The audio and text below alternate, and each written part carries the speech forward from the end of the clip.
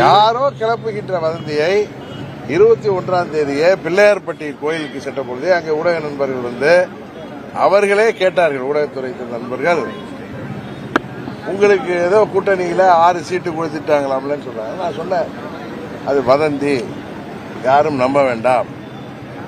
நான் அன்னைக்கே சொன்னேன், நம்ம ஊர் கிராமத்தில் சொல்ற பழமொழியை சொன்னாலும் எல்லாருக்கும் புரியும்.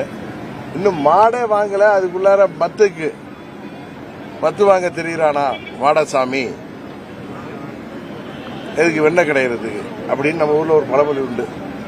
அதுபோல தங்கள் வீட்டு பிள்ளைக்கு இன்னும் வரனே அமையல, அதுக்குள்ளார பேர குழந்தைக்கு பேர் வைத்து சென்றானா மடசாமி அப்படின்னு சொல்லுவாங்க.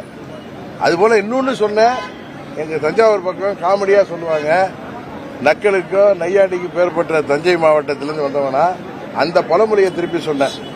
அடியேன்னு கூப்பிட ஆதிக்காரியே இன்னும் வரல, அதுக்குள்ளார பிள்ளைக்கு பேர் வச்சிட்டு தெரியுறானா கிருஷ்ணமூர்த்தின்னு எங்க ஊர்ல சொல்லுவாங்க. அது கிருஷ்ணமூர்த்தின்னு அந்த நபர் இல்ல, கிருஷ்ணசாமின்னு சொல்லலாம், கிருஷ்ணமூர்த்தின்னு சொல்லுவாங்க. அந்த கிருஷ்ணமூர்த்தி யார் என்பதை எனக்கு தெரியும்னு உங்கள்கிட்ட சொன்ன. அந்த வதந்தியை விதைக்கின்ற கிருஷ்ணமூர்த்தியும் அதை பரப்புகின்ற அவரது கைத்தடிகளும் யார் என்று சொன்ன எனக்கு தெரியும். அதனால அந்த வதந்திகளை எல்லாம் நம்ப வேண்டாம்னு சொன்னேன். ஆனா வதந்திகளை தகவல்ங்கிற பேர்ல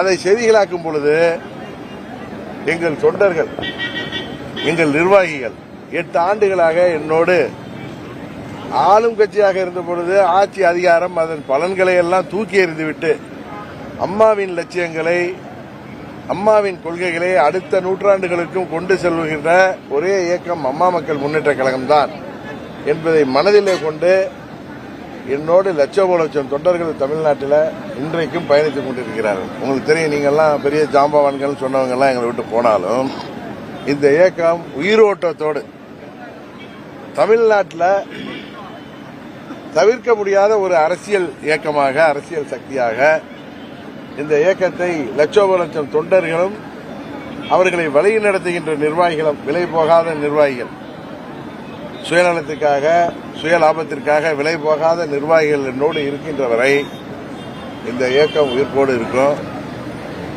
இந்த தேர்தலில் அம்மா மக்கள் முன்னேற்ற கழகத்தை தவிர்த்துவிட்டு யாராலும் வெற்றி பெற முடியாது என்பதை